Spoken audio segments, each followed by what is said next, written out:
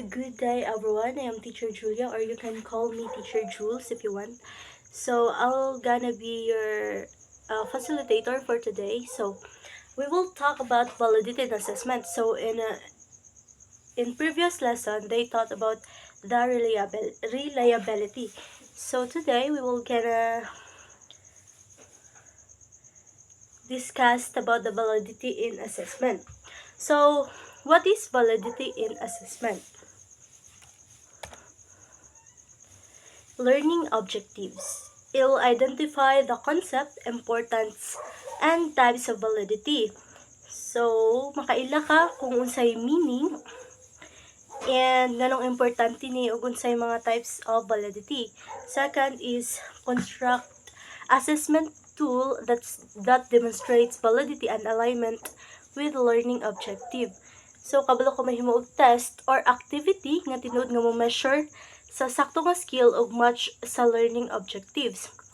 Third is a value importance of creativity and valid or reliable tools. Ma-appreciate nimo nga dapat creative pero sakto ug consistent ang assessment. Example, kung ang objective sa klase kay identify parts of plant, imong test dapat about sa plant's parts dili about animals. Since imong objectives is to identify the parts of a plant. So, what is validity? So, validity is the degree to which a test, tool, or instrument measures what is intended to measure. So, validity or accuracy. Meaning, sakto ba gyud ang gina-measure sa isa ka test.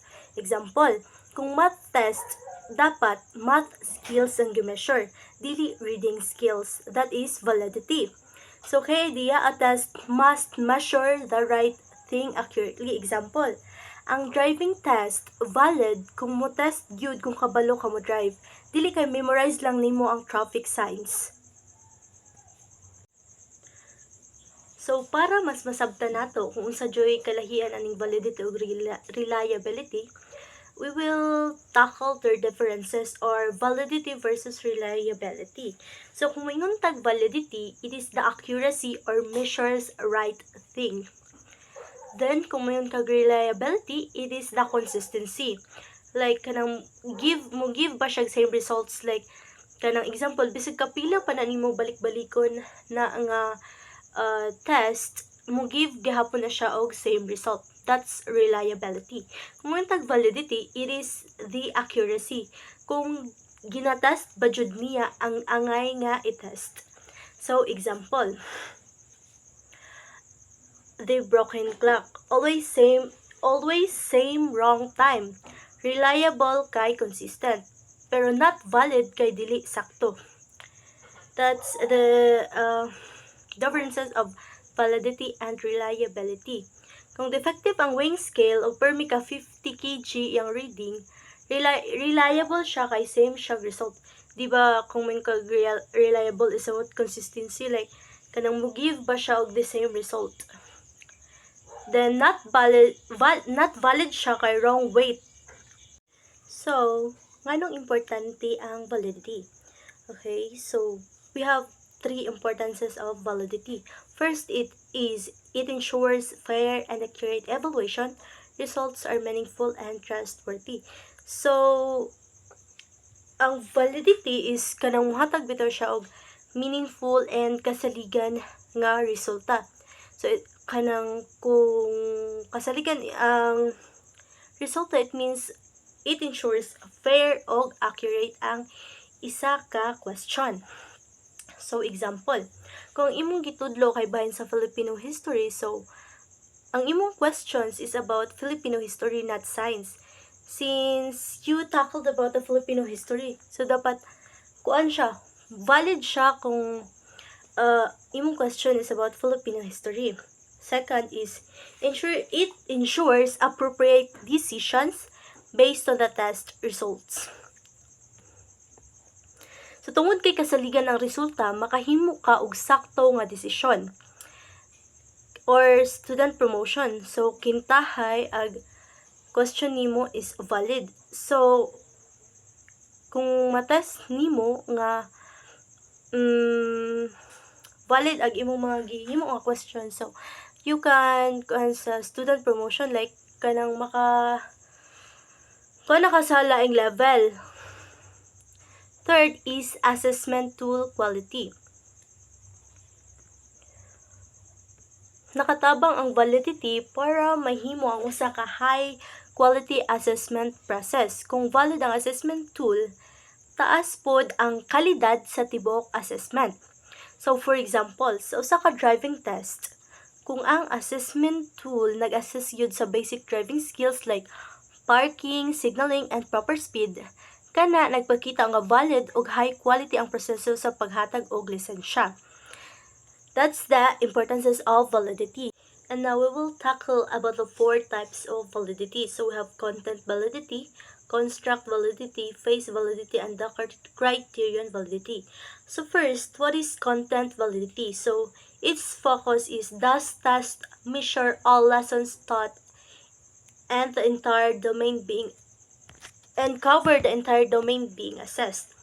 So when we say content, from the word content, so tanan ba nga lessons nga gitudlo sa isa ka teacher is na-cover ba siya sa domain nga gina-assess. So example, a math test that only includes easy addition problems is likely invalid. Why? Because only addition ra ang iyang gi-appeal sa math test. So when we say math, di ba na diha ang addition, subtraction, and division. So, invalid siya because ga-focus siya only sa addition. So, one example po ng content validity is the TOS or Table of Specification. So, a TOS ensures that test items match the learning objectives and cover the intended content areas in proper proportion. So, the second type of validity is the construct validity. When we say construct validity, its focus is does the test accurately measure the specific non-observable threat or construct it is designed to measure. Example, intelligence, anxiety, reading comprehension. So, construct validity is from the word construct. So, na siya ang pag-evaluate kung ang test o instrument ba is nagrepresent sa theoretical concept nga gusto nimo sukdon. So, for example, kung gusto ka masukod og anxiety or intelligence, kinahanglan nga ang test mo reflect sa tanang dimensions sa maong concept. So, kung ang measure dili mo behave sama sa theory, or lain-laing resulta kaysa expected nga pattern, then ubos ang iyang construct validity. So, let's say construct validity, murag kanang check kung ang test bagyud para sa abstract nga idea nga gusto nimo sukdon, like kanang for example is self-esteem, depression, or math ability. Dili lang basta-basta pangutana. That is construct validity.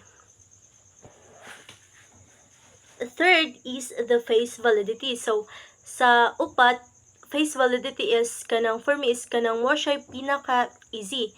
So, ang iyang focus is does the test appear to measure what it claims to measure. Less technical, relies on subjective judgments.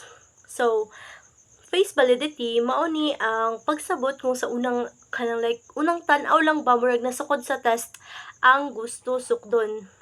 So based sa paglantaw sa ordinaryong tawo, dili necessarily nga expert.